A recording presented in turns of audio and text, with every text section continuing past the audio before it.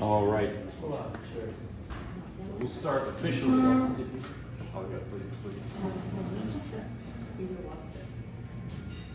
We're starting a little late this evening because some people haven't had their dinner. So I hope everyone's had their dinner, and that's, food is, I always tell people music is the second most wonderful thing in the world. Food and family are first. But anyway, let's start with, I like to do a little fun improvisation for you. Let's do this. It can be different each time. We're going to pick some random notes. I need your help.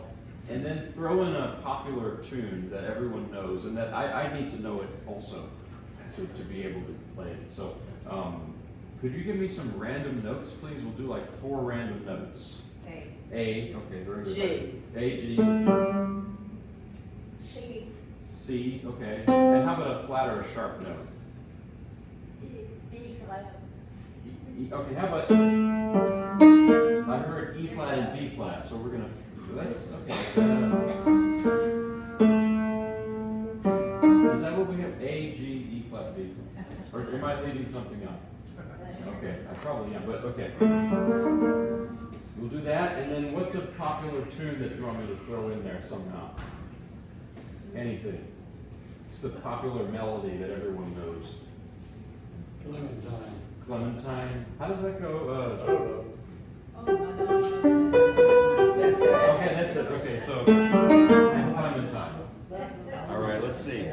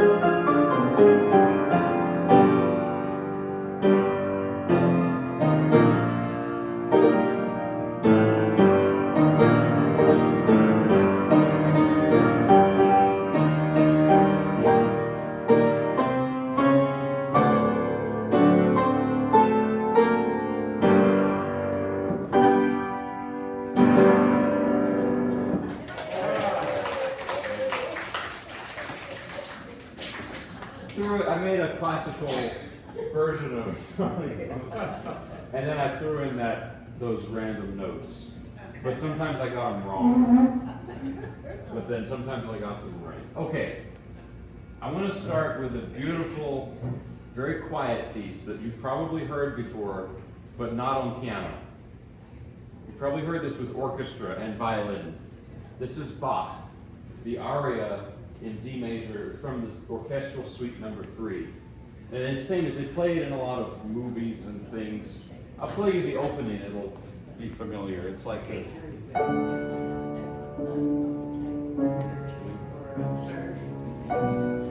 Familiar?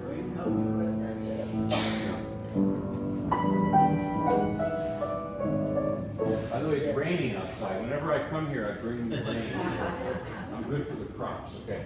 So that's the Bach. And it, the thing is, an aria or an air in English means you think of it as something from an opera, usually. an opera aria. But Bach didn't write a single opera. But he wrote cantatas and passions for the church, for church services. And those have arias. So I think this is probably more in that line of music. You know, he was not an operatic composer.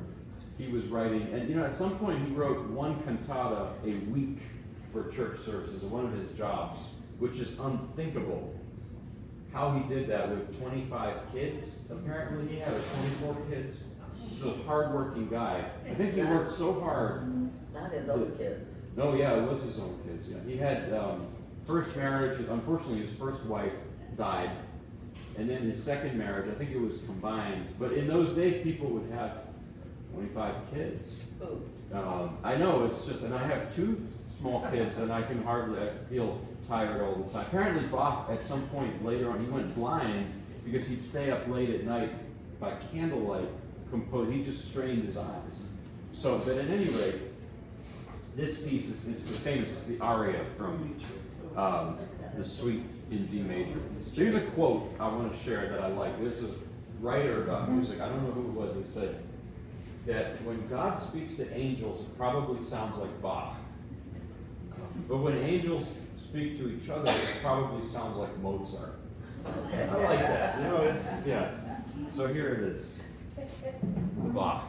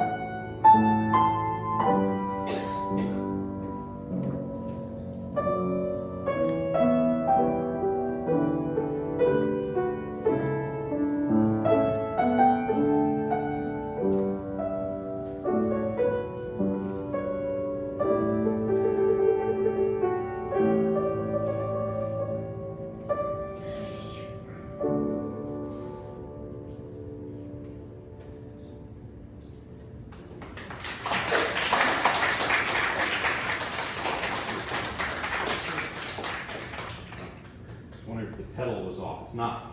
So that's Bach, and the timing of that. I don't mean the literal timing, but the feeling of time, for me, is infinite time.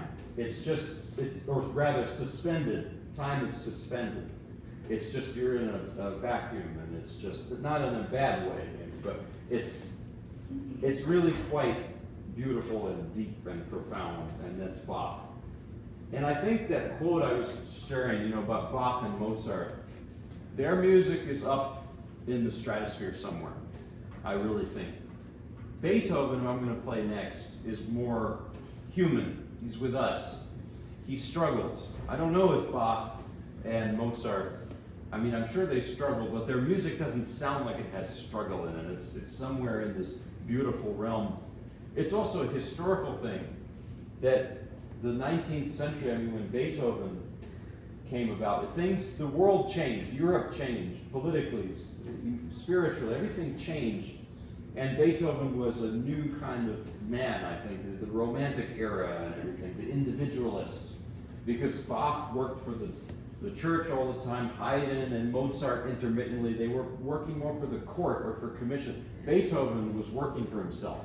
He was an individualist, rugged individual. So anyway, about struggle in Beethoven. We have his manuscripts. They're full of crossed out notes, full of rewriting things. He struggled, he worked so hard. He even had food stains, wine stains, candle wax stains on his manuscripts. And his handwriting was sloppy. But the results of this struggle are glorious. And I've probably mentioned this before when I played Beethoven. When he wrote this violin concerto, I'm going to play a part that I haven't done yet here, the last movement. When he wrote this concerto in 1806, he was going deaf, and he knew it. And one conductor, Adrian Bolt, said about this piece, he said he thinks it's a piece of philosophical acceptance. Because at one point, he wrote in a letter to one of his brothers that he was considering to take his own life even.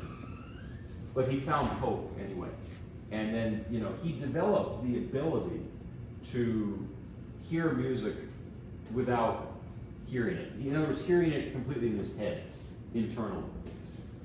And if that gives you hope, the phrase where there's a will, there's a way. That's, I think, Beethoven literally lived that. And so many things I could allude to. There's, Beethoven loved the myth of Prometheus from ancient Greece. He struggled. I think there's a parallelism there. At any rate, there's something else I wanted to say about this. And I'm going to play the second and third movements of the violin concerto. This is Beethoven's piano version of it, obviously. I don't play violin. So the second movement I've done here before. It's like a hymn. It's in a way like the Bach. It's very sedate and very quiet and reflective. Evoking the countryside, because you have these French horn, that's a French horn idea. And that's saying countryside. Beethoven loved the countryside. It was, he wrote a whole symphony about it, this pastoral. But then it segues into this third movement, which is a Ländler. It's a country dance. It's not our country music, but it's not too different. A Ländler is this Austrian dance that's in 3, 1, 2, 3, 1, 2, 3, 1, 2, 3. And it's a rustic, you could play it for Oktoberfest, it would be. And Beethoven does this a lot with concertos, with symphonies, that the first few movements, 1 and 2 in this case, are so profound, and they're even dark. And then the third movement's a party. It's a country dance, it's cheerful, you don't get more joyful than that. So let's see what happens. The third movement here is a little bit new. So I wasn't here for a few months, so I did learn some new things when I wasn't sick. So, little long, it's about 20 minutes, both movements combined. So this will be the main course today.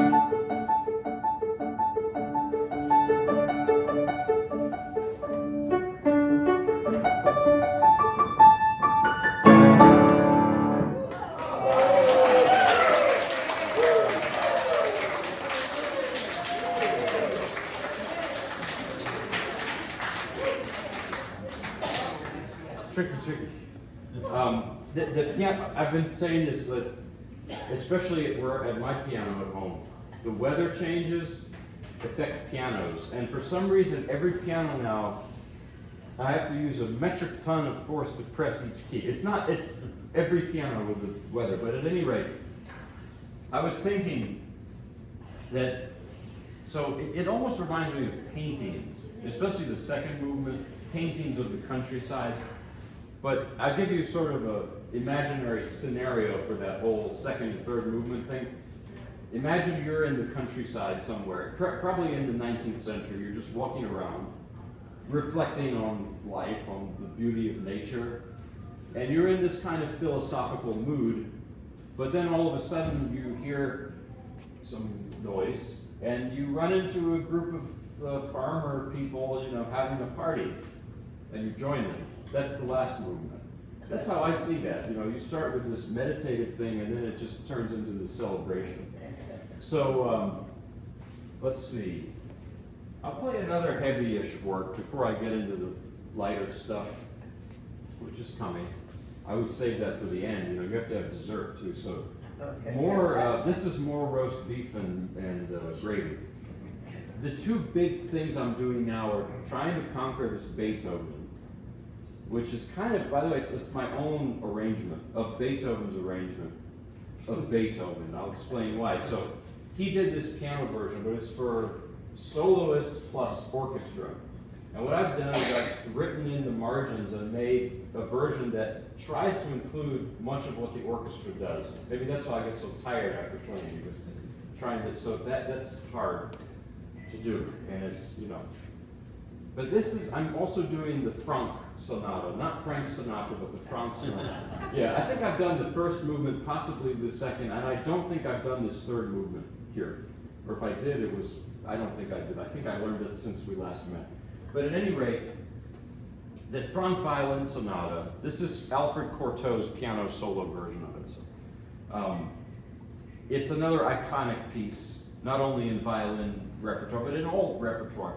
And Franck was a very interesting character. He was born in Belgium, and he was a church organist, kind of like Bach, but lived in Paris mostly in the 19th century. And he was not really a child prodigy. He was the opposite. He was a late bloomer, like Bruckner too. Wrote all his great music later, starting at age 60. And on. So it just goes to show that it's not, you've heard people say, oh, well, you have to start when you're a kid.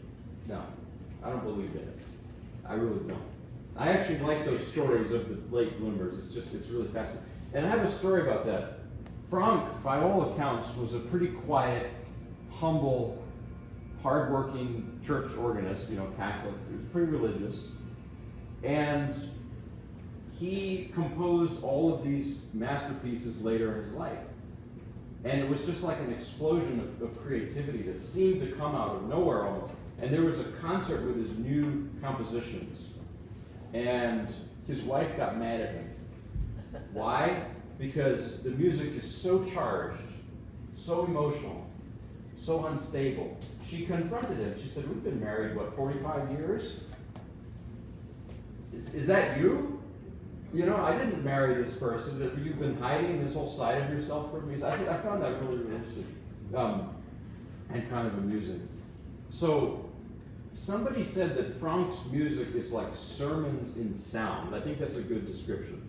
This violin sonata was, I think I mentioned before, it's probably the inspiration for a fictional violin sonata in Marcel Proust's novel Swann's Way, from the big set of novels by Proust. There's a fictional violin sonata there. It keeps coming up in the plot. There's a composer in that novel named Vinteuil.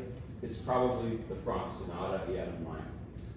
The Franck is like reading Proust in a way, because when you read Proust, there's no regular storyline. It's just flashbacks and stream of consciousness like. That's what this piece is like.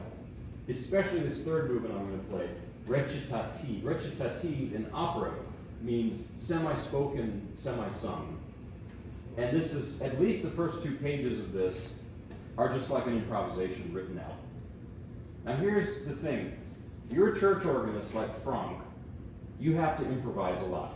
Even today, I know organists, I mentioned classical pianists, we don't improvise much. I'm trying to do more of that. But organists, they have to. And part of it is just practical. Because if you're the organist in a giant cathedral in Paris or somewhere, and people are taking communion, you've got to improvise. You have to fill that time. And if you're done and there's still 75 more people who need to take communion, you have to keep improvising. Franck, for sure, did those things with the improvisation. And I think that's where this comes from, or what it's inspired by. So anyway, third movement of the Franck violin sonata for solo piano forte.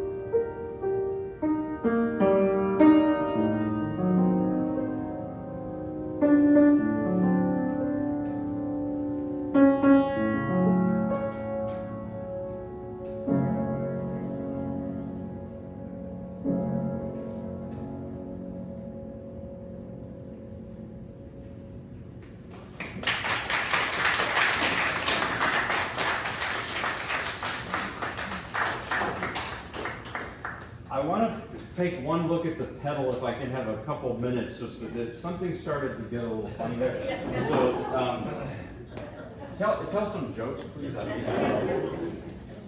Okay, I see what's going on. This piece here is, oh no. Now I know why it's so hard to play, because this wood panel is pushing down the soft pedal, so that makes it harder to play. I should have done this at the start. Well, if I don't break the whole thing. Yeah, let's get a sledgehammer here. Oops, wait, what happened? Okay, no, that's okay. No, if I can just realign this. It's always something with pianos, you know. Oh. Okay, I almost, what happened to my fingers? Okay, oh, but that's gonna make it, that's why I had to pound on it, because, okay. All right. Almost got it. Wait, please let me, yeah, that's, you see, this thing was pushed in, this piece here, and it was holding down one of the soft pedals. Okay, it's gonna make a little sound here. Yeah, I'm an amateur piano repairman. When somebody says, "Where's the piano player?" We'll sit down on the floor, playing with the pedals. No, I'm here. Okay, let's see. That should be easier. It's so much easier. You see, I was struggling with that. Okay. Now I'll tell you a story about. My teacher told me this story about Rostropovich. You know the great cellist Rostropovich. He was friends with him. My teacher was friends with Rostropovich and Richter and all these greats in Russia. So the story is that Rostropovich got a new student, and like my piano teacher, Rostropovich liked to do handyman stuff, you know, build stuff with wood, and that's why my piano teacher always sawing stuff, building a smoker for meats and things. I mean, it's always something like that. So Rostropovich has this new student, and he comes to his apartment for the lesson. He says to the student, before our first lesson, help me put this, install this door, and you're going to hammer some things. And the student said, oh, I can't do that. I said, why? I'm afraid I'll hurt my hands. Rostropovich said, okay, you're not going to be my student. Pretty harsh, but anyway.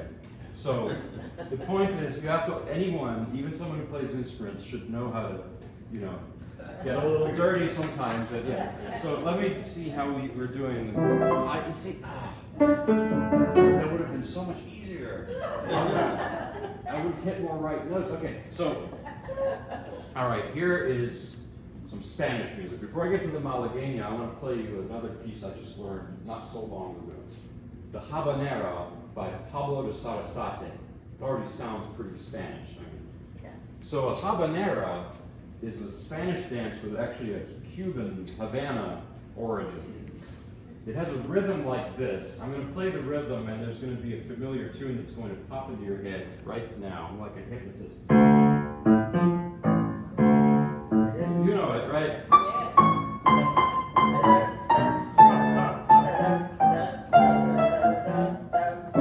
It's so easy to play the piano. All right, focus. So that's Carmen. There's a habanera there by Bizet, who was a French guy, anyway, but Spanish music by French. So Sarasate was Spanish, and he was a great violinist at the time. There are even recordings of his. You can hear him playing this, recorded around 1900 or something. And what can I say? It's so Spanish. When I play it, I picture a bullfighter or something. It just has that flair to it. So here it is. We're moving now from butter Europe to olive oil Europe. This joke is getting old, but there's two parts of Europe. There's Northern Europe, they cook everything with butter. Then you go to Spain and Italy, they cook everything with olive oil. So let's go to Spain now. Habanera by Sarasate.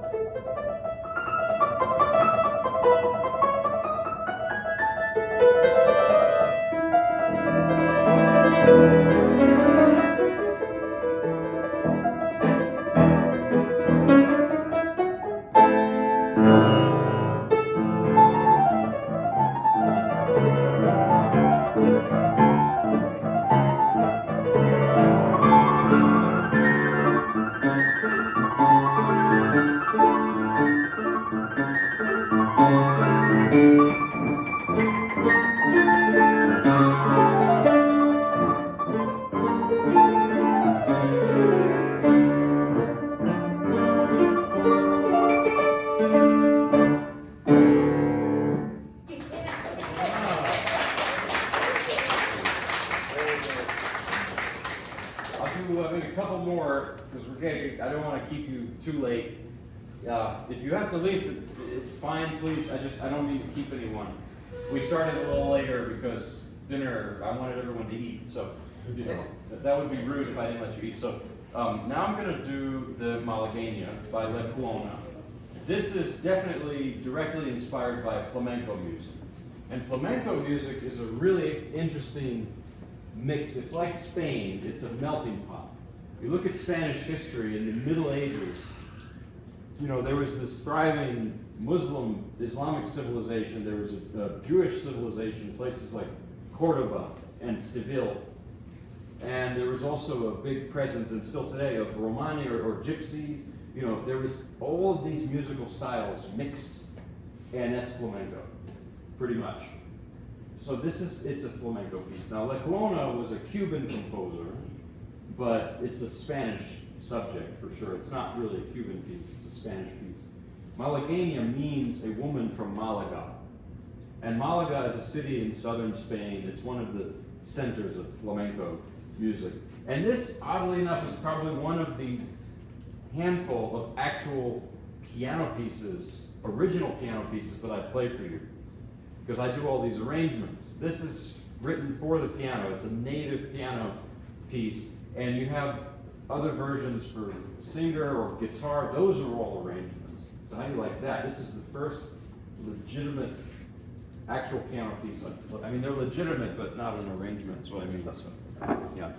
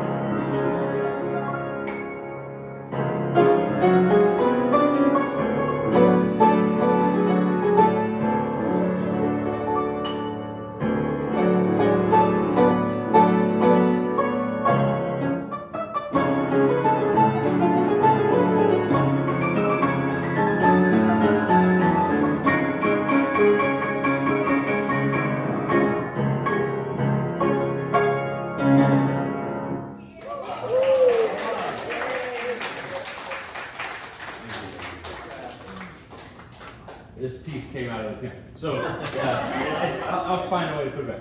So I'm going to close now with some gospel as normally we do. How about When They Ring Those Golden Bells? It's a great old Southern gospel tune. I'm going to play it in two different styles. The first is more straightforward, like the way Tennessee Ernie Ford might have sang it. And the second, it's going to be a little more Louisiana. There's two great gospel musicians. I mean, there's many, but two that come to mind for me. It's obviously Mahalia Jackson was from New Orleans, but ended up living mostly in Chicago. And also Jerry Lee Lewis was from Louisiana. So there's a little bit of both in that version that I'm going to do. So here is the two different versions of When They Ring Those Golden Bells.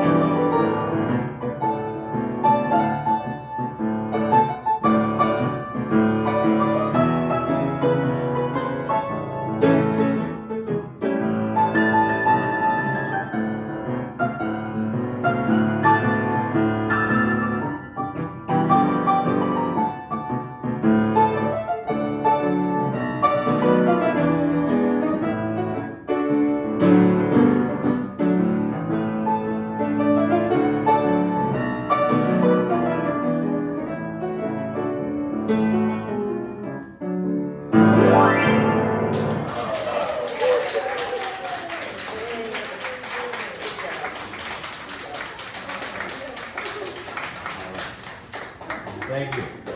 I think we'll wrap it up there. I'll have more for you next time. Stay healthy, don't get sick. Thank you very much.